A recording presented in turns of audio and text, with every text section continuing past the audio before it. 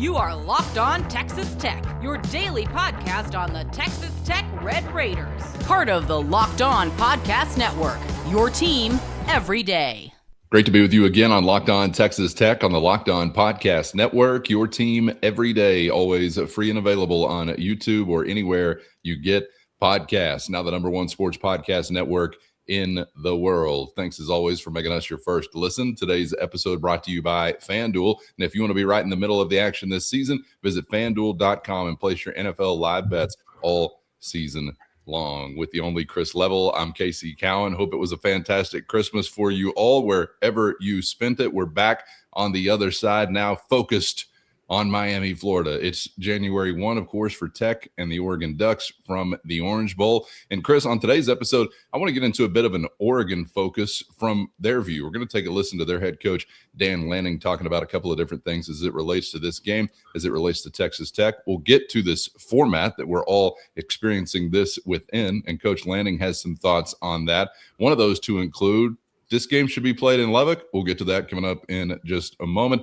Also, some thoughts conference to conference, Big 12 to Big 10, what both teams have seen and what they seem to actually resemble comparatively to others in those leagues. But I want to kick off our conversation, Chris, of course, with thoughts from Coach Lanning on what generally everybody and their dog has had a thought on in America this college football season, and that's Texas Tech's roster, how it came together, and how Texas Tech has adapted to this new era. Here's Oregon head coach Dan Lanning. Yeah, he's built a great roster, and college football is about adapting. This is obviously a program that's done an unbelievable job adapting and saying, okay, let's make our team the best they can possibly be, and they've done that this year. So they deserve credit for that, because you have to evaluate. There's a lot of teams that take people out of the portal, right? There's not a lot of teams necessarily that always have success. It's about evaluating that talent, getting them to play together, and creating a team that does that. This is a team that's done that. Probably the thing you and I have felt like was the most under-discussed aspect of this effort, Chris, the evaluation, the fit, right?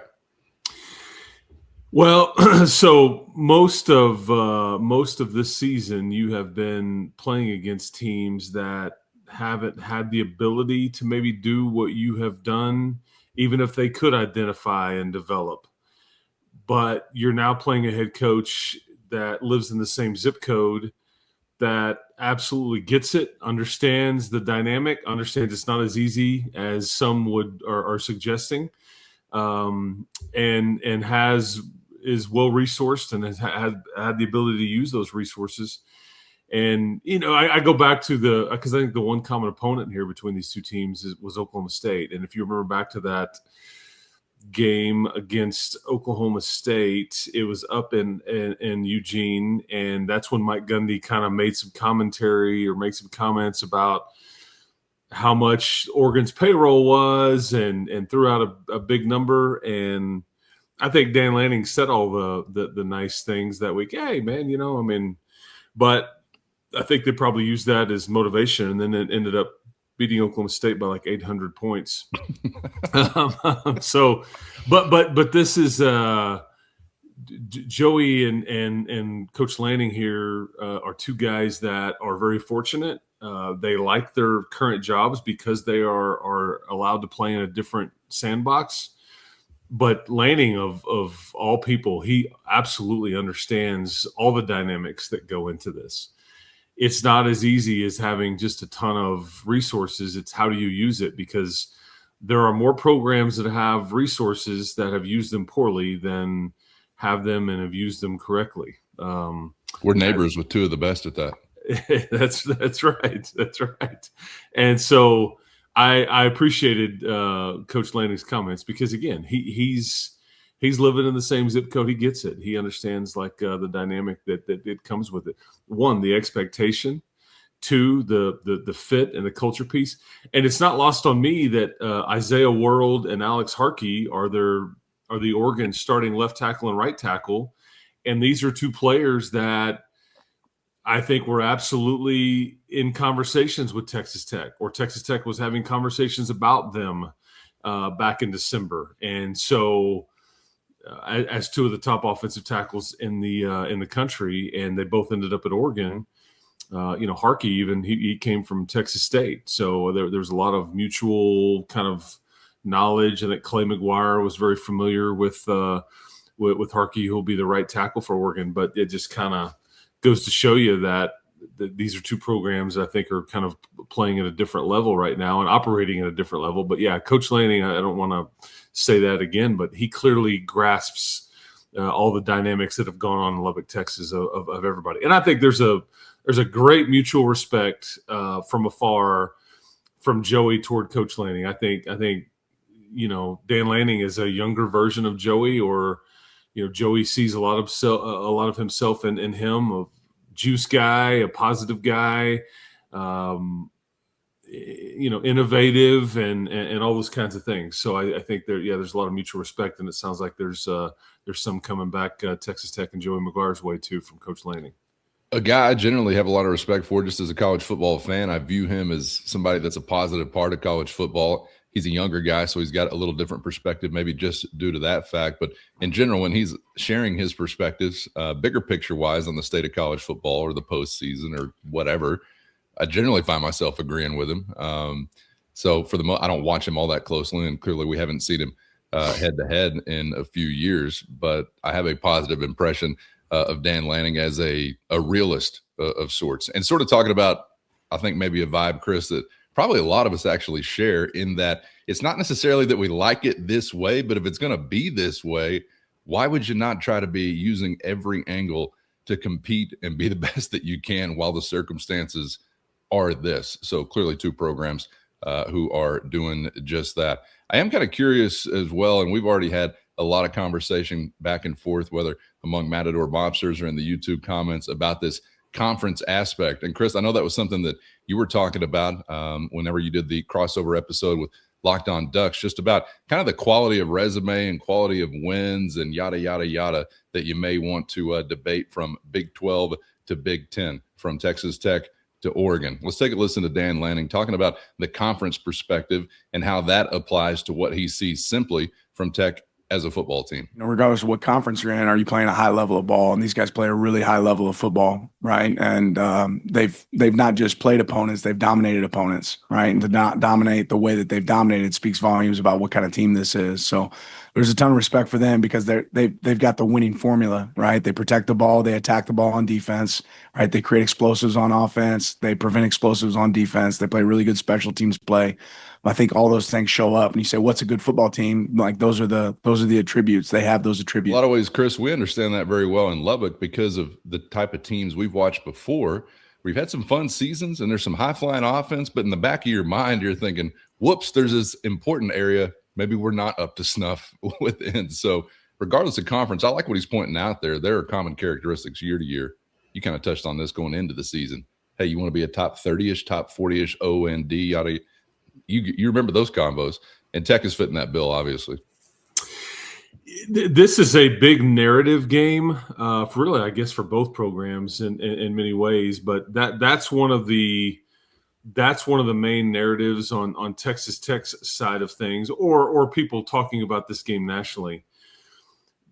Is the Big 12 less than? Can the Big 12? Because that's all. This is where your non-conference schedule is getting brought up a lot. Hey, they didn't test themselves at all in the non-conference, and we knew this. Your non-conference schedule was just bad, and so what's happening is that as you're looking at these two teams and people are trying to figure out who's going to win this game, I think that the tip of the cap has gone to Oregon on them being a bit more tested, simply because Indiana is in their conference. And Indiana happens to be the 1 seed in this tournament, and that Indiana rolled into Oregon. And so I think Indiana is probably better than any team that you faced, talking about Texas Tech. But it's interesting because there's a lot of conversation about these two teams as it relates to the following programs. I mean, Oregon's best win. First, today's episode brought to you by FanDuel, and football is in full force, and FanDuel's keeping you stocked with action every game day with a can't-miss offer. Right now, new customers can bet only $5, and if your bet hits, you're getting $300 in bonus bets to use across the app. Player props, building a same-game parlay, or even jumping in live as the action unfolds. Any way you like it, FanDuel has you covered. Quick, easy, and secure every time. If you're ready to play, download the FanDuel app now by visiting FanDuel.com to get started. That's FanDuel.com to place your first $5 bet. because there's a lot of conversation about these two teams as it relates to the following programs. I mean, Oregon's best win is probably against USC. I mean, and I think USC is a good team. Is USC better than Utah? I don't know. Are they better than BYU? I don't know. I think we would have opinions about that, but I think that's a conversation to have. I think clearly Indiana is better than Arizona State. Okay, the two losses that these two teams have faced, but I think you could make the argument your wins are better than their wins. Now, at one point, I think the Penn State game was thought to be, because I watched that game. That was an unbelievable environment. And Penn State went from being ranked like third in the country at the time to just the wheels falling off. Their head coach is fired, and it's just they're not even a shell of what they are. Maybe Oregon broke them. I don't know. I think they do get some credit for that game. Just like we would sit here talking about, I mean, did you break Kansas State ultimately? You know, we thought, like, internally, you thought that win against Kansas State for all kinds of reasons was very big for Texas Tech. Outside looking in, a lot of people aren't going to feel that way or view it as such. So there's some of those games too. And I'm not saying that Kansas State is better than Penn State or anything like that, but I'm just saying that there's some different dynamics here. But that's clearly one of the narratives out there, is that this is a step up in weight class for Texas Tech. Oregon is clearly more tested. True or false, I don't know, but that's some of the national conversation as it relates to this game. But I think what Dan Lanning is saying is there's certain things you look for in a football team. They do these things well, so it doesn't matter what league they're playing in. And I think most realistic Tech fans or even Big 12 fans would understand that you're going to have to go and take everything every time. I don't think it matters what you do. As far as achievement this go around, you'll have to go and take it all again next year, whoever is waving the Big 12 banner, so to speak. It's just going to be the way it is. And I think you have to get it, because you're basically a logo-less conference. There are not 100,000 seat stadiums to go test yourself in front of on the road. And particularly whenever you were in your former state, two of your biggest, we're not doing that anyway. They met up near the Tilt-A-Whirl at the Carnival. That's a whole conversation and be for another episode. Won't get started on that. But we get that. Blue Bloods walk out the door. It doesn't stay exactly the same. So, yeah, there were some like internal inherent fan base or program challenges that you felt like it was nice to sort of live up to. A road win in Manhattan kind of being an example of that. And then there was actually just impressive wins. And I think we can kind of go podcast or fan mode till we're blue in the face talking about, well, Utah versus this or that resume-wise. It doesn't matter. You're going to have to go out and take it. And Big Ten and Oregon is a fine place to start if you can pull that off coming up in Miami. But for the most part, Chris, I just kind of look at the steady Eddie nature of Texas Tech this season. You know, I've talked about this. I think anybody that really has tried to be fair-minded about it has mentioned this. The consistent domination can't be ignored. Either that suggests the Big 12 is maybe even worse than we thought, I don't know, or that Texas Tech is validated as far as keeping some elite company nationally. There could be some truth somewhere in the middle of that. I don't know, but that's just one thing that turned me into, as a lifelong Red Raider and someone traumatized time and time again, turned me eventually into somebody that could not avoid being a believer, because what I'm seeing in front of my face is sound as far as what you need between the lines to compete. And it's all those things we've already been running down, and he just ran down as well. It is different than it has been in years prior, when you are just hoping on shots falling every week and falling in large multitude to give you any shot at competing. So we'll see. It's prove it or go home time. And everybody, I think, knows that at this point in the year. At this point in the year, Chris, we are in the midst of about a week and a half layoff that was following 3.5 weeks for some, bowl season. You get to the point where you're going to culminate a year and you say, wait longer. And then let's wait a little longer. Okay, and now let's go. Ready, fire. Coach Lanning had some thoughts on that aspect of the college football playoff, and maybe something that he could generate some consensus as a result of in Lubbock, Texas. Should the game be played in the 806, he may have a few votes in his favor with that thought as well, here he is explaining. It's more of an indicator that the way we do playoffs in college football is messed up, right? I mean, in my opinion, we're really excited to be going to the Orange Bowl, but this game should be played at Texas Tech, right? They're the higher seeded team. We should play a week, like right after the last game. The next playoff game should be the next Saturday. The next playoff game should be the next Saturday. The next playoff game should be the next Saturday, and the championship game. But we're trying to fit a lot of things in different sequence. But in my opinion, this game should be played at Tech. There should be a home field advantage for them. But I know their fans will travel, our fans will travel, and we're really excited to be playing in the Orange Bowl. So I could talk about what ifs and all those pieces. There's definitely a skill and an art to making sure that your team's prepared when you have long breaks. And I think that was clear last year. Certainly it'll be clear now. You got a little bit more time to prepare for this game, but a little bit different than the last one. And that's the other part that doesn't make really a lot of sense, is the sequence of days in between each game and each playoff. There's just not really a rhythm. And for us as a coach, it's about how do you create that rhythm? How do you challenge yourself to say, okay, how can we keep things the same as much as possible for our players? And it's tough when you have big gaps and big breaks like that. But I don't know that it's a sided advantage for one team or the other. You're dealing with different issues. Everybody's sort of having to navigate it, Chris. I do kind of wonder start-wise. Is Oregon a little quicker start because they just had a tune-up of sorts, something like that? I don't know. Well, there's a lot to get into there because there's the playoff structure, and I think Coach Lanning and Coach McGuire really agree on a lot of these things. And I do think that you're about to see some tweaks and changes to this. I just don't know what that's going to look like.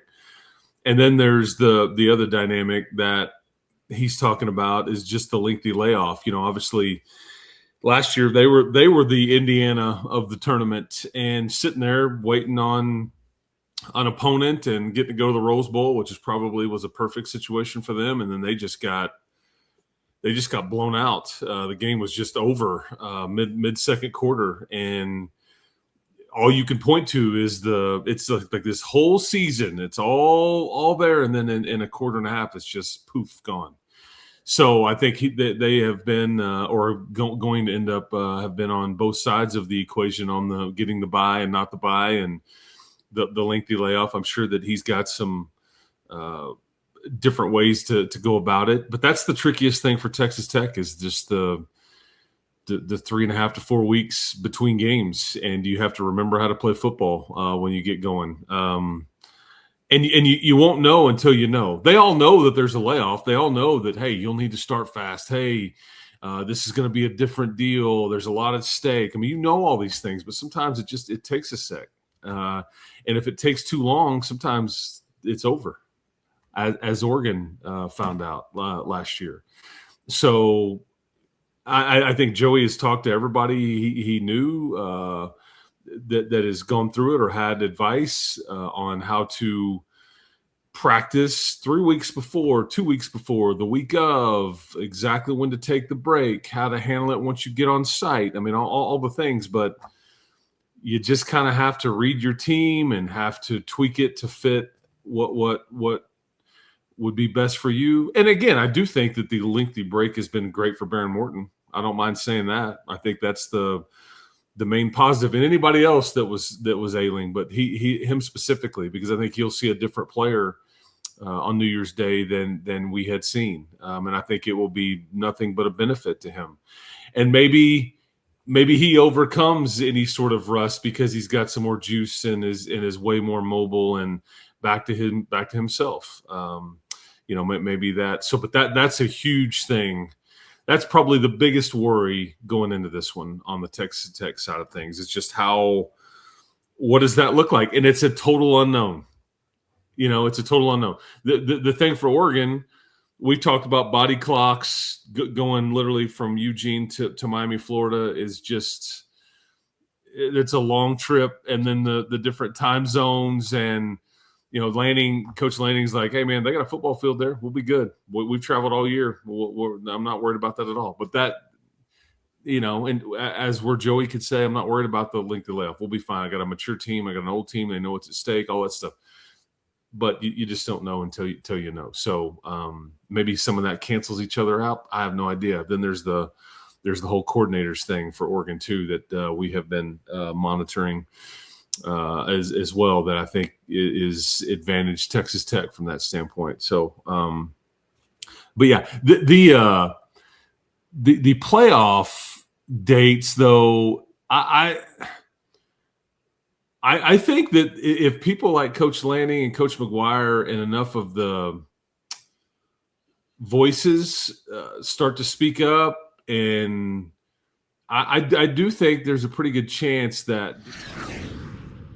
First, today's episode brought to you by Gametime. Have you ever decided at the last minute to head to a ball game with friends or family? Maybe it's game day and you suddenly feel the call of the stadium. That's exactly where Gametime comes in. It's the easiest way to grab last-minute tickets without the stress. And with the money you save on tickets, you can then splurge on foods, drinks, gear, and more. Gametime makes it all possible. And best of all, Gametime makes buying tickets fast and simple. Prices on the app actually drop the closer you get the first pitch, and they've got incredible last-minute deals, clear seat views, and a lowest price guarantee that takes the worry out of buying. And if you're like me, you get tired of endless scrolling trying to find the best deal, and that's why Gametime's Zone Deals is the go-to move, since it automatically picks the best seats in your section for you at the best price. And as always, you can get a view from your seat right there in the app. So before you buy, you know exactly what you're going to see. Take the guesswork out of buying tickets with Gametime. Download the Gametime app, create an account, and use our code LOCKEDONCollege for $20 off your first purchase. Terms apply.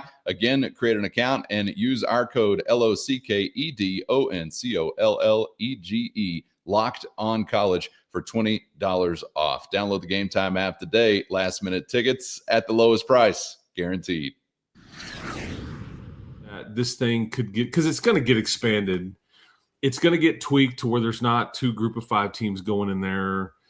It's going to get, I mean, there's going to be some adjustments made, I think, even in the immediate. I don't know exactly what that's going to look like, but I think that's a fair assumption to make. And with that, you wonder, okay, something's got to give. Conference championship games, some of the bowl games, the calendar. There's got to be some sort of, okay, how does this fit? You know, the Army-Navy game has always been on a date on its own. We've always had all of these things that, like, you can't mess with the Rose Bowl. You can't mess with Army-Navy. You can't do this. You can't do that. Well, I think you're about to do a lot of some of these things, because I that's the only thing that is standing in the way of what I believe is an expansion. Look, the SEC wants a 16-team expansion. I think the Big Ten is rooting for 20 or 24. I don't know if there's a meet in the middle or if there's AQs attached to this thing. We know where the Big 12 stands. But your biggest hang up is some of the traditional bowls, or the Rose Bowl specifically, and just like the calendar itself. And I do think one answer there is to do what Joey talked about recently, was just moving the whole season up a week to where you're playing, around the August 23rd, range. And then week 2 is the, Labor Day weekend, and then so on. And that way you've got some extra time, and then you can finish up. Because the last game on this deal is January the 19th. I love college football, but that's NFL time to me. It just almost seems like the sport runs out of steam the further it goes. And whereas this time of year right now that we're sitting in right now, it's like, I don't know. I just think that's when some of this meaningful stuff should be being played, and instead of these lengthy layoffs. So I don't know. There's got to be a lot of negotiation and tweaking and all those things. Because this is exactly why, another point, that USC and Notre Dame decide they don't want to play their game anymore. I think this is more of a USC thing. USC, I think, said, we want to play this game still, but we want to do it in like September. We want to do it much earlier. And it's always traditionally been, later on in the season. Well, USC is about to play a 9th conference game, and there's just a lot of moving parts. But the whole sport is suffering because, you lose a good game like USC and Notre Dame, and BYU is going to benefit here in a home and home with the Irish. But it's just, there's a lot. There's a lot that's, I think, about to change, and I think we're all kind of stuck into this mindset of, well, this is the way it's always been. The Army-Navy game has always been on this day. The Heisman Trophy ceremony has always been on this day. We've always had these bowls in these certain cities, and we've always conference championship games. And so I don't know, man. We're about to see kind of what's most important in the coming weeks and whatnot, because I do think you're looking at changes. Yeah, growing pains, and some of it will be painful and not all that great, but it's necessary. Ain't worried about it, and you're going to come out with something better on the other side of it. And it seems like any number of ways could improve the situation, whether it's the timing or some other things. And I do kind of feel like it's sort of a petering out, anticlimactic thing there at the end as you continue to stretch it out. And then they say, how about a Monday night? Let's finish it off with a big Monday night party, which we all love. So can you tighten it up a little bit, get a little more into a frenzied kind of tournament or playoff sort of state? How tight can you tighten it up? I don't know, but I think there's a lot of room for improvement. And when there is a will, there's a way. We've already learned that. So hopefully the will is there, because I think there are some solutions that are fairly common sense. And some of it, to me, Chris, is just rooted in having to kind of acquiesce mostly to the bowl system. Aside from like the Army-Navy component or some of these other things you reference, which are things that'll have to be considered, it's mostly, to me, just like, well, the Rose Bowl refuses to do anything other than what they've always done. So up to now, we've continued to say, thank you, sir, may I have another? But I don't know, maybe that changes in the future. And the NFL, I do think there's an NFL like TV window and a financial. There's just a lot going on there. And we haven't even talked about what Lanning's main point was, is that this game should be in Lubbock, Texas. I think people, after they watch the environments there, I mean, Oregon had a great one as well, even for James Madison. It's like there should be more home games, not less. But there's the Orange Bowl director, and there's the Citrus Bowl director, and there's the Rose Bowl committee, and all that going, hey, we want ours too, you know. So I don't know, man. I mean, you can have a parade down Broadway, and we can call it the Orange Bowl Parade.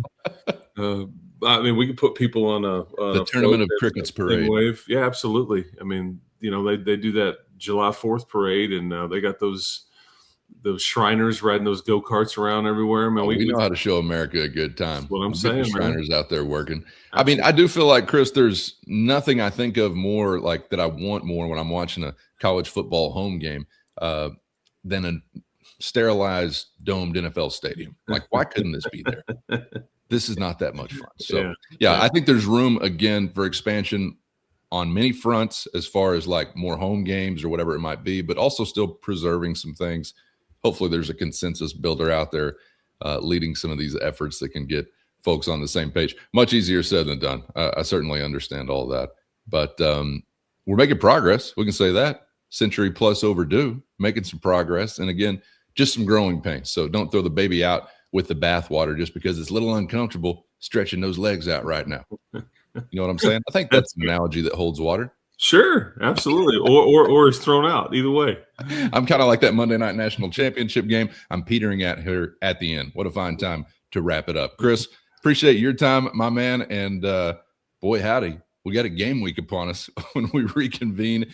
And unlike any other we've ever experienced as Red Raiders. So I hope you're ready. I'm ready. And I hope everybody out there is ready. We'll see you for that one. Yeah, sounds good. Looking forward to it. See you on South Beach, people.